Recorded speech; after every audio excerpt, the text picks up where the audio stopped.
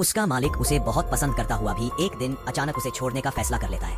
वह कुत्ते को गेंद लाने के बहाने दूर भेजता है और खुद विमान में चढ़कर उड़ान भर देता है। पार्मा गेंद लेकर वापस आता है, लेकिन मालिक को गायब देखकर समझ नहीं पाता कि उसने क्या गलती की है।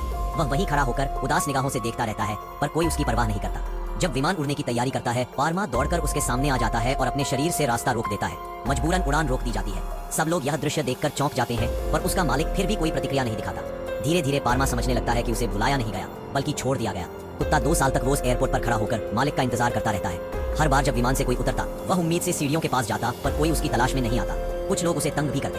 एयरपोर्ट की सुरक्षा टीम उसे पकड़ने की कोशिश करती है और एक दिन उसे बस में बंद भी कर देती है। उसी समय एक छोटा लड़का यह सब देख लेता है और कुत्ते को बचाने की कोशिश करता है, लेकिन पार्मा मनुष्य से डरा हुआ होने के कारण पीछे हटता है। फिर मौका मिलते ही बस से भाग जाता है। लड़का और उसके पिता के बीच रिश्ता अच्छा नहीं होता। माँ के गुजरने के बाद लड़का मजबूरी में इस पिता के साथ रहने आया है। लड़के का दिल टूट चुका है, लेकिन पार्मा को देखकर उसके भीतर दया और लगाव पैदा होता है। धीरे धीरे लड़के और पार्मा के बीच दोस्ती हो जाती है। लड़का एयरपोर्ट पर सबको समझाने की कोशिश करता है कि कुत्ता किसी को नुकसान नहीं पहुंचाएगा, वो सिर्फ अपने मालिक का इंतजार कर रहा है। एक दिन पार्मा किसी विमान की आवाज पहचान कर अचानक दौड़ पड़ता है, क्योंकि उसे लगता है कि उसका मालिक लौटा है। लेकिन जब वह विमान से उतरते हुए एक आदमी को पास जाता है, तो समझ जाता है कि वह उसका मालिक नहीं है। फिर भी सुरक्षा कर्मी उसे खतरा समझकर पकड़ने की कोशिश करते हैं और लड़का उसे बचाकर ले जाता है। लड़का और पार्मा धीरे धीरे एक दूसरे के लिए परिवार जैसे बन जाते हैं। लड़का मालिक को चिट्ठी लिखकर बताता है कि पार्मा कितने समय से उसका इंतजार कर रहा है, लेकिन एयरपोर्ट प्रबंधन पार्मा को समस्या मानता है और उसे पकड़कर कहीं दूर ले जाने का आदेश देता है। पार्मा को गाड़ी में बंद करके ले जाया जाता है। लड़का रोता चिल्लाता है, लेकिन कोई नहीं सुनता। आखिरकार पार्मा किसी तरह भाग निकलता है और अकेला ही एयरपोर्ट वापस आ जाता है,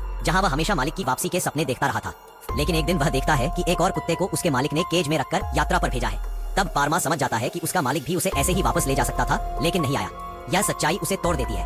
वह खाना पीना छोड़ देता है और धीरे धीरे मरने जैसा हो जाता है। वह पूरी तरह हार चुका होता है। लड़का दौड़कर उसके पास आता है, उसे सीने से लगाता है, उसे सांत्वना देता है। धीरे धीरे पार्मा लड़के के प्यार से फिर उठ खड़ा होता है और लड़का उसका नया परिवार बन जाता है। लेकिन अचानक एक दिन असली मालिक वापस आ जाता है। मीडिया भी भीड़ के रूप में मौजूद रहती है। सबको लगता है कि पार्मा खुशी खुशी अपने पुराने मालिक के पास भागेगा, लेकिन ऐसा नहीं होता।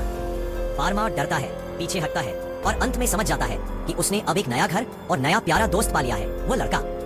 मालिक उसे फिर से अपने फायदे के लिए इस्तेमाल करना चाहता है, पर पार्मा लड़के की तरफ देखता है और उससे दूर नहीं जाना चाहता। आखिरकार लड़के का पिता समझ जाता है कि सही मालिक लड़का ही है और पार्मा को उसके पास रहने देता है। पार्मा आजाद हो जाता है और अपने सच्चे दोस्त के पास लौट आता है।